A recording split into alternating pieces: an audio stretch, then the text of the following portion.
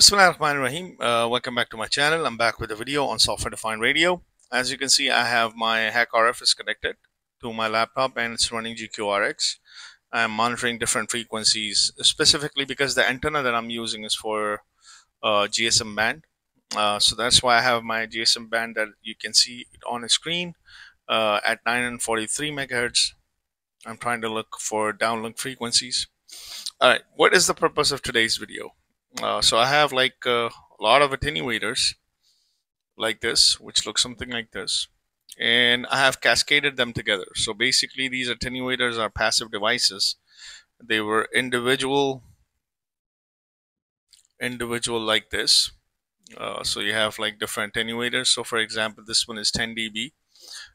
One side is female, and the other side is actually male. This one is by mini circuit. So this one is about 3 dB. The one in the middle, which is cascaded, is about 20 dB. And this one is 6 dB, as you can see. It's 6 dB attenuator. And the last one, the marking is like, fade away, but it's actually a 10 dB. So what I'm looking at is actually 10. Let me just screw this on. So I'm looking at 10. 10 plus 3 is 13. 13 plus 20, that is 33. 33 plus 6 is 39. 39 plus 10 is 49 dB. So when I connect this to my antenna, I should get about 49 dB of attenuation. So this is what we want to look at in today's video. So right now, I can do a peak hold. I can leave my attenuators here. I can do a peak hold, and I can detect. So for example, if I were to consider this as being my noise floor, so I can see that my signal is somewhere around negative 80. I'm making this negative 80 as a reference. I know the signal is going to be much lower, but I'm just making a reference at negative 80 dB. So negative 80 dB, I'm considering this as my noise floor, and the highest peak that I'm getting is about negative 40, negative 39 or something. Let me just zoom in on it. Not waterfall zoom. Let me just look at my band. All right, just to get an idea, I'll be somewhere around negative 35. So my noise floor is somewhere around negative 80, and my highest possible signal that I'm seeing at 944 megahertz, this is somewhere around between negative 30 to negative 40. So this is somewhere around negative 35 dB. So negative 35, then I have to subtract minus 49 from 80. So I should see my signal somewhere down here, because the difference is about 49. So it should be much lower. Let's see if I plug this in. So what I'm going to simply do, I'm going to remove this. I'm going to remove my antenna, and I'm going to put this,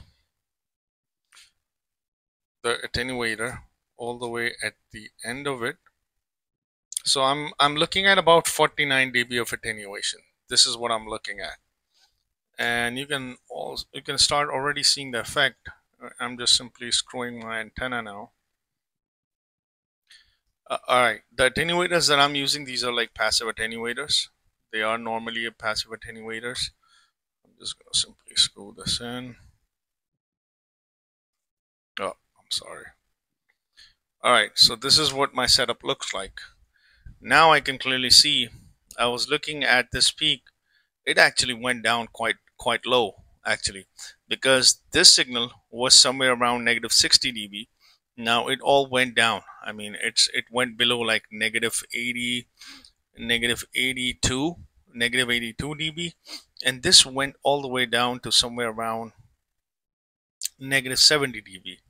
So I can see that these signals, specifically these signals, which were somewhere around negative 50 dB, as you can clearly see from my, they just completely disappeared.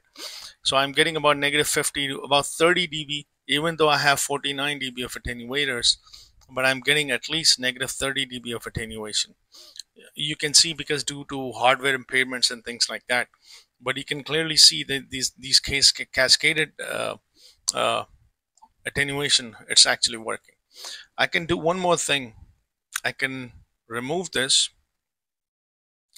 and I can let's see what happens to my spectrum if I remove this 10 dB of attenuator. So let me just simply remove this,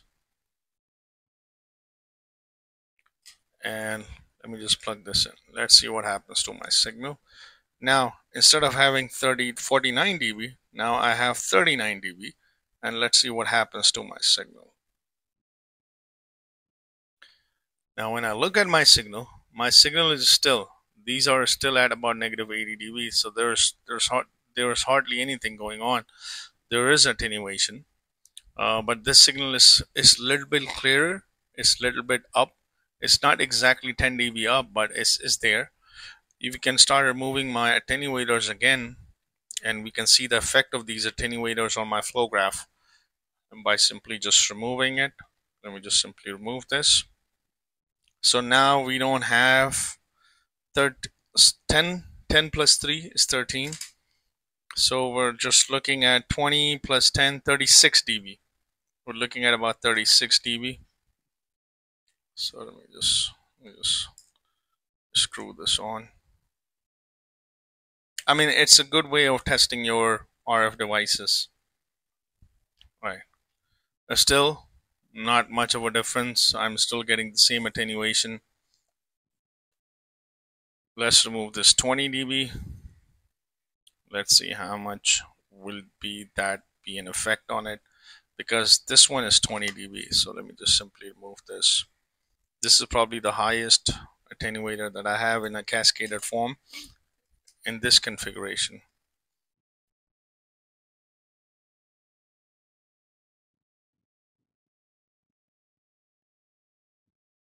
Wow, let's look at this. So about 13 dB. So I was somewhere around negative 35, and so this is somewhere around negative 60, 54. So 54 minus 35.